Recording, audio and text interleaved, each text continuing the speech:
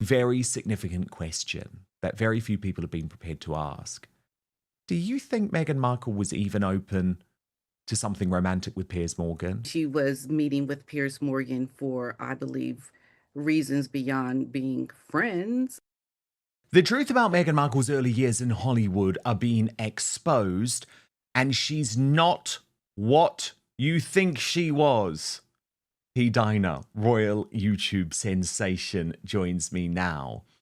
P-Dina, Meghan Markle is so desperate to scrub the real woman with this absolute desire for international fame and an ambition which made it clear that she would do almost anything to get it.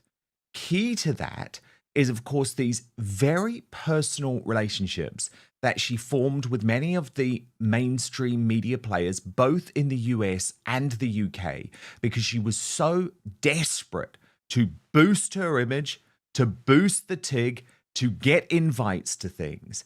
And I think it's really important, P-Dine, that we talk about this because at the moment, she's trying to present her former life as if she was some type of altruistic philanthropist, which we know is just rubbish. So what have you discovered? If you're enjoying what we're doing here on Outspoken, please consider joining our thriving community over on Substack, www.outspoken.live. You can sign up completely for free, but Substack is so important to me. It is a free speech platform. It protects me from big tech cancellation. Plus, you get to communicate directly with me. Head on over www.outspoken.live, enter your email address, and sign up today. Well, I think Megan is in a losing battle because there is a lot that is still going to come out about her. She definitely wants us to have a certain image of her, and she just doesn't want things that she's done in the past to come out. But I think when you have made a lot of people very angry, you have certainly shown no remorse towards some things that your father may have done that weren't a big deal at all. You try to paint a narrative of your life that is just not the truth. It's not realistic. And people want the truth to come out. And, I think Megan is hurting herself more than anything by not owning the ugly. Own it. If you done it, own it. And then there's no need for people to go back in to try to unravel certain things that you may have done. Just be truthful to your life. And I think it's a better story when you have had to struggle. I guess you would call it struggling, but she never really had to. She just wanted so much more and did so much more things that I think she may be now regretting. And that's just the reality. So own that. And because she hasn't wanted to do that, her truth is now for a lot of people, it's almost like a game. Let's find out what we can discover since she doesn't want to come out and own it. And that's the worst thing you can do. And that's what's going to bite Megan. The fact that she tries to paint these pretty pictures, paint a life of hardship and struggle, but want to do philanthropy now and all these good things. But if you had to do the ugly and the nasty in the past, that's just what it was, girl. Okay? Move on. And now I think she's going to find herself in some problems because I've heard some things, Dan, okay? I've heard some things. Well, indeed, and it all depends who speaks out. I mean, I've had conversations with Lizzie Cundy, for example, who Meghan was very unwise to jettison, given that she used Lizzie in her early days in the United Mhm. Kingdom to try and find fame and build relations. But of course, she did the same thing with Piers Morgan too. She did the same thing with Millie McIntosh too. She Yeah. also, P-Dina, was before Harry, desperate to find a British man, and the people who were on her hit list included Max George from the boy band The Wanted, the professional footballer at the time, Ashley Cole, and Matt Cardle, the former X Factor winner. So I'll get to all of that. But I think it's also sometimes very instructive, and I thank Princess Carparkle for the work finding these. Just taking a close look at the way that she appeared in the media, P. Diner, because what it shows is that it's a very different Meghan Markle to the Meghan Markle that she has created today. So Princess Carparkle says, some Meghan Markle cringe for you all. She's an endless source of cringy awkwardness, so trust me, there's endless material. This was an exceptionally cringy interview with Craig Ferguson in 2013. She was giving bimbo and poor flirting skills. Can you imagine her like this in the Bloomberg interview? Just, it might have been more entertaining. He sometimes did a bit at the end of an interview called Awkward Pause with his guests. Leave it to Meghan Markle to make it beyond awkward, like way beyond. Hard to watch, actually, and not funny at all. So prepare to cringe, prepare for awkwardness, but I am going to make you watch it. All right, let's do an awkward pause and get you out of here. Okay. Yeah.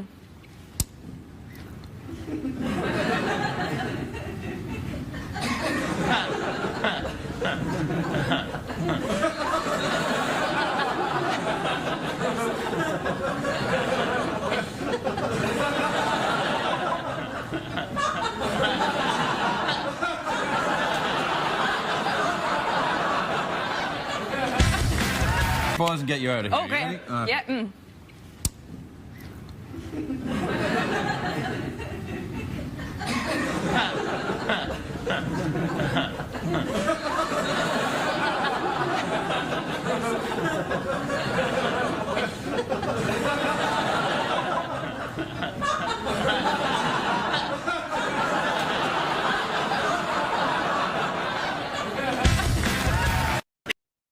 I mean, P-Dina, to say she was being purposefully sexually provocative with Craig Ferguson is an understatement. Oh my goodness, yes. Yeah, I mean, you look at how she was dressed and the whole flirty and the moving in on that. I mean, Megan was so cringe in that, so embarrassing. And I watched the actual whole interview, Dan, and I can tell you the way she was going about, and you could tell she was in it to really show herself as a very, sexualized woman. Let's just say that. And she dressed that way, and she appears very, very loose in this interaction, and I just think it's very cringe. It is. Then there was the Larry King interview. And this is not so much sexual, although there is a part of it that is, but it's more that she couldn't hide her annoyance from Patrick Adams. As Princess Carparkle puts it, she cannot hide her disdain and cannot stop with the mouth movements. I don't know who media trained her, but good God, she's not a fan of people talking that aren't her, and definitely hates sharing the spotlight. Watch this one. It was the basic LA situation. I'd been auditioning for a long time, and then I got fired from a job a couple months before this script came through. And I mean, we had known each other from another pilot, that I got into this job without doing half the work that she's going to have to do. It's a nice I think luxury. there's an inherent trust that, like, when we're on set, we'll always do it the way that it's written. But it was for Sleepless in Seattle. Really? She laughed. I knew she was nervous and thought she hadn't done well. And as soon as the door reached a conflict at the end of the first season where I've really betrayed Harvey's trust, is trying to figure out the alchemy of what makes a great show and why it's successful. I think it's that stuff. Yeah. That's what I have fun in. Definitely approach cases that are out in the public with a little. I take more interest in them now. I mean, P-Dina, there's the real Meghan, right? She looks so annoyed. And when I look at that, Dan, I just think that is the true Megan, because that's not her in her camera moment. So you think about who the true Megan is in this moment. I can only imagine how she's doing the same thing to Harry in moments when they're together. She is, I'm sure, so annoyed, irritated by this man at this point that it's really starting to come out, the true colors of the relationship. That's what that piece revealed to me, what it means for this relationship right now, because that was a true off-camera moment, because she wasn't supposed to be the camera person, talking. She was looking at the person who's on camera, and the feeling and how irritated she was and annoyed. That's who the true Megan is right there. And Harry's getting that in this time, real time, I believe. right now. Oh, yes, he is. But of course, it wouldn't be a Meghan Markle moment from back then without an uncomfortable, overly sexualized moment. As Princess Carparkle explains, Meghan Markle made Larry King and Patrick Adams so uncomfortable with this comment that after an awkward moment, they both pick up their glasses and drink simultaneously. She was trying to be flirty and cute, but it fell embarrassingly flat. Watch this. Rachel is the paralegal at the firm. Seductive? I don't know. Do you think so, Larry? Just a comment. Just throwing it out there. No, I think she's. P-Dina and I'm both like, what? Get me my water. What did you make Oh of my it? goodness, Megan, you just are too much. Yeah, I think Megan has this, it's like always there, this overly sexualized type of behavior. Like she completely went there. In this normal moment, she just had to go there.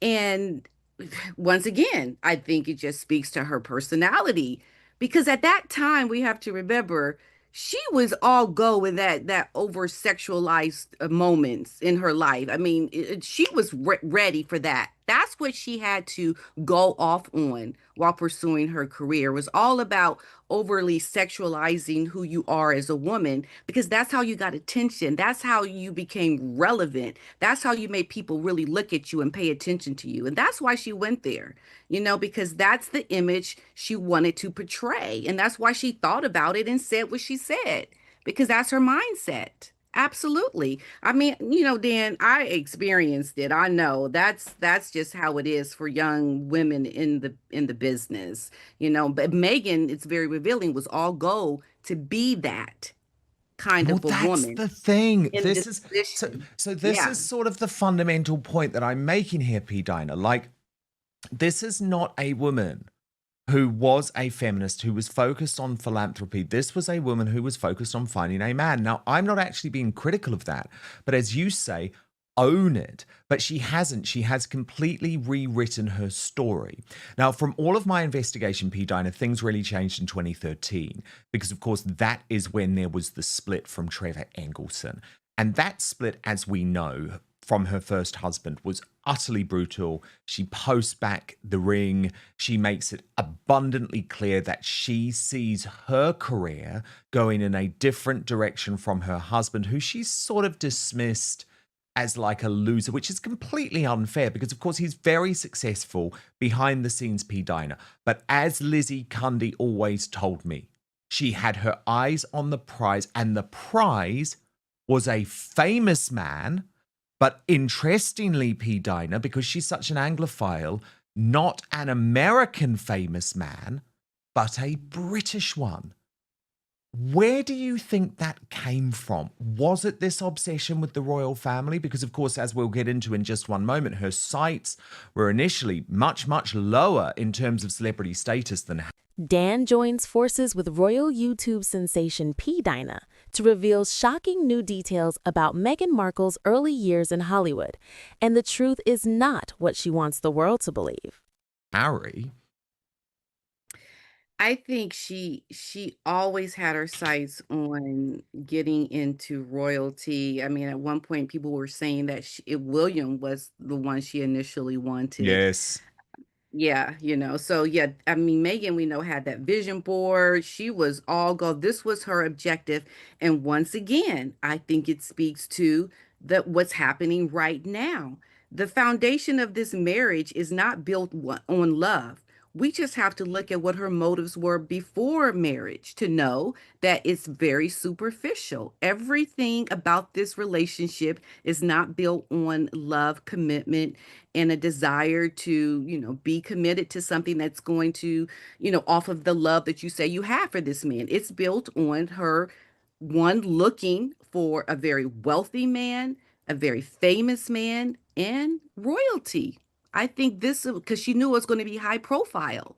And that is the underlining foundation of what Megan has always wanted. And it points to what it is that the marriage is built on now. It's built on this superficial want of fame, wealth, and popularity.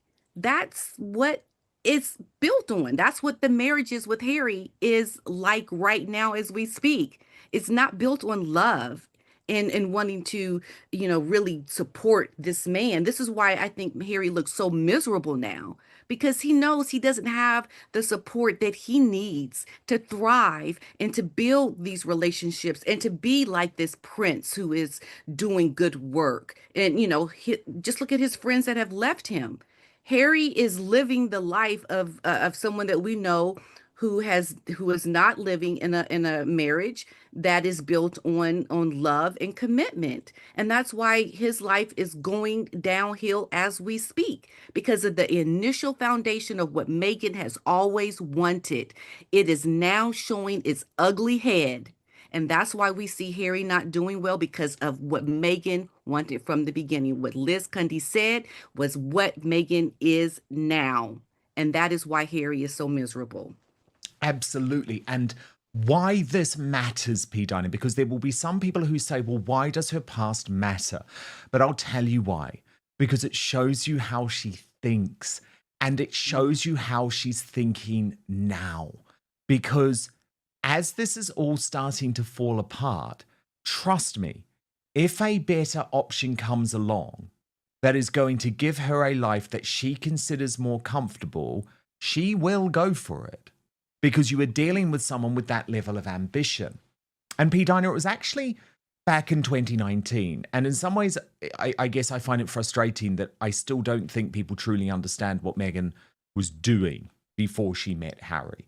When I discovered that actually her attempts to meet a British man had gone into overdrive. Obviously, yes, there was the public meeting that we knew about with Katie Hind, who was the sort of tabloid columnist from the People newspaper. We knew about the meeting with Piers Morgan, but I started to hear that there was so much more going on and that Meghan had actually cast her net wide to find a celebrity man. And what's so interesting, P-Dina, is people assume that we were talking about an A-lister because, of course, she hit the jackpot with Prince Harry, but her sights were so much lower. So, of course, in that conversation with Katie Hind and also with Lizzie Cundy, she spoke a lot about Ashley Cole, who was very famous because of his relationship with Cheryl Cole at the time, a guy who she had cheated on. But there were others too. And I just want to take you through some of my reporting from that time, P-Dina, because again, I think it's sort of been lost in Meghan's history. So look at this. This was in May 2019 when I reveal that Meghan Markle had swapped messages with the X Factor's Matt Cardle and asked to meet just months before that Prince Harry romance. And it was an online relationship with Matt Cardle that happened in 2015. Meghan complimented the singer just before his award-winning role in the West End musical Memphis. She was spending time in the UK. At that point, she was romantically linked to Ashley Cole too. And a source told me Matt followed Meghan initially in early 2015 because he thought she was a beautiful star from Suits. But he was stunned when she followed him immediately back and started messaging him. She said she was a big fan of his work. Matt couldn't believe that a Hollywood star like Meghan would even know who he was, so he was very flattered and they chatted a little bit online before she suggested meeting up. But then he met his girlfriend and knew it wasn't appropriate to keep talking to Meghan, so he ended up ghosting her. It felt like there could have been a connection, but the timing was wrong. He didn't reply to her last message. So at that point, P-Dina, I was like, okay, she was really on the hunt and she was casting a wide net.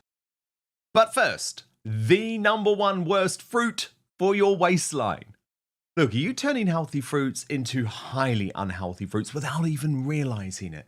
Fruit can be one of the healthiest things you can put into your body. But the majority of Americans are guilty of making this single mistake that can counteract all of the health benefits of fruit. Some fruits can help with occasional constipation, reduce bloating, and even help burn calories. Others can wreak havoc on your digestive system and energy levels. Now, I came across this viral presentation from world-renowned heart surgeon Dr. Stephen Gundry that showcases the 3 fruits to stop eating today. It was shocking.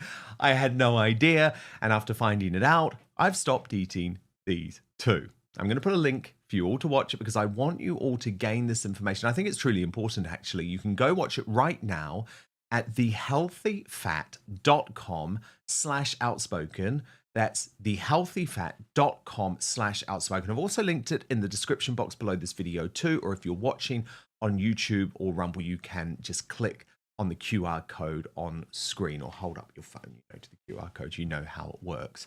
Oh, and by the way, eliminating these fruits could forever change the way we help increase energy levels, decrease brain fog, support digestion, and even lose weight. So make sure to click on the link below or go to thehealthyfat.com/outspoken to find out now. Dr. Gundry has lost 70 pounds himself using his research and has kept the weight off for over 20 years and counting. His digestive issues are gone. His health is fantastic. He feels younger today than he did in his 40s. His video has been watched by over 20 million people to date. You can watch and learn more about it at thehealthyfat.com/outspoken. Just click on the link in the description box below this video. But now, back to the show.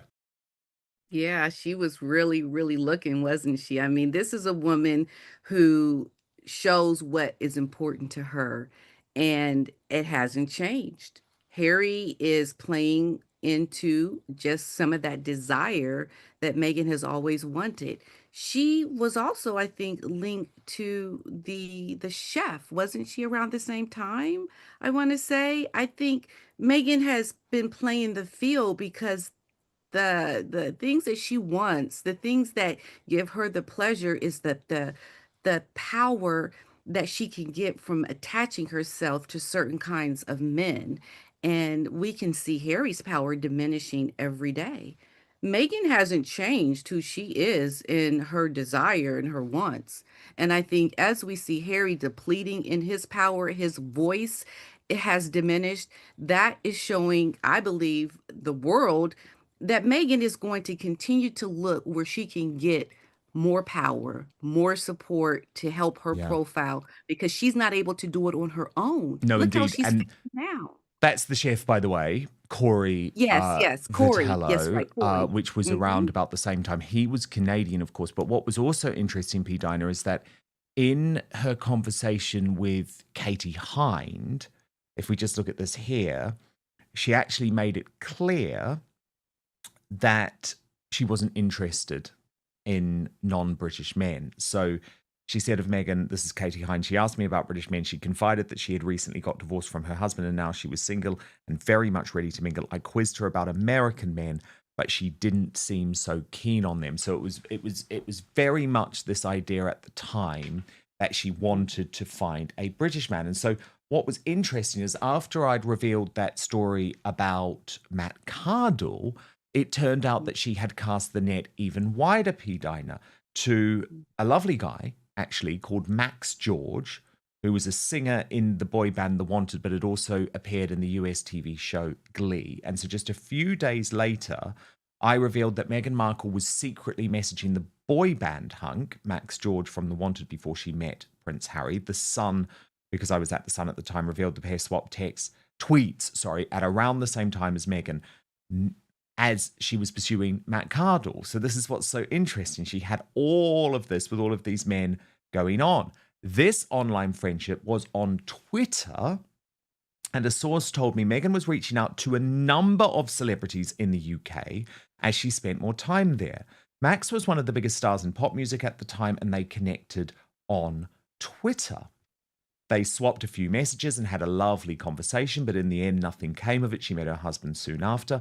Max had women reaching out to him all the time and didn't remember much about it until Meghan's relationship with Prince Harry. It was a nice friendship and he wishes her well, but he hasn't heard from her since Harry. And P-Dina, does it not pose the very significant question that very few people have been prepared to ask?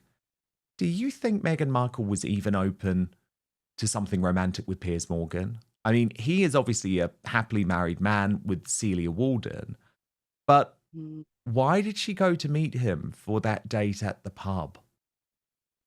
I think any relationship that Meghan pursues is intended to be more than a friendship because she's trying to get something out of this relationship to help her. So, of course, in the beginning, she was meeting with Piers Morgan for, I believe, reasons beyond being friends. Of course, that's the intention. Why else meet with the man, right? She's using her sexuality to get what she wants. She's using her access to help her, and that's what she did. She had access to a man that she wanted to use to help, her own profile. I think this is why we're hearing now about just all these relationships that Meghan has had where she was seeking something to help her. These were not people that she fell in love with. It wasn't about a feeling. It was about the opportunity. And Meghan has done this essentially her whole life. I mean, you just have to go back to her mother's relationship. Her mother even talked about, having relationships to get what you can get from a man. That this is exactly what I believe Doria did for Thomas. This was a relationship built on what Doria could get from Thomas Markle. It wasn't built on love. It was about the opportunity. And this is why she was able to just throw him away so easily, Doria, when Meghan's celebrity came, because it was not built on love and commitment. And Meghan has learned from her mother. And so that's exactly what Meghan has been taught to do and what she did. And this is why where we are with Harry right now. This is why it's such a big deal with Meghan and her relationship with Harry, because we know the real situation with this marriage. Okay? So Meghan's history has given us insight into what we know and what we actually see with our own eyes today. Just look at Harry to know how Meghan has been with this man all these years and her true intentions. Yes, indeed. And I think the Doria comparison is very interesting, P-Dina, too, because we know from Doria that just like Meghan, she was prepared to just erase entire chapters from her life and move on as if that never happened. Absolutely. That gives you the information you need to know to really understand. You throw things away so easily because there's no real true connection there. And it's not built on something that you want people to believe it's built on. It's artificial. It's fake. I think that's why Meghan also comes off as being very fake and not real, because that's what her true personality is. She's creating something to get something. She's not coming in a real way. And so when she has these interviews like she did with Bloomberg and with Jamie Kermlima, like we sense an inauthentic behavior. And that's why also I believe, as ever, Dan joins forces with royal YouTube sensation P-Dina to reveal shocking new details about Meghan Markle's early years in Hollywood, and the truth is not what she wants the world to believe.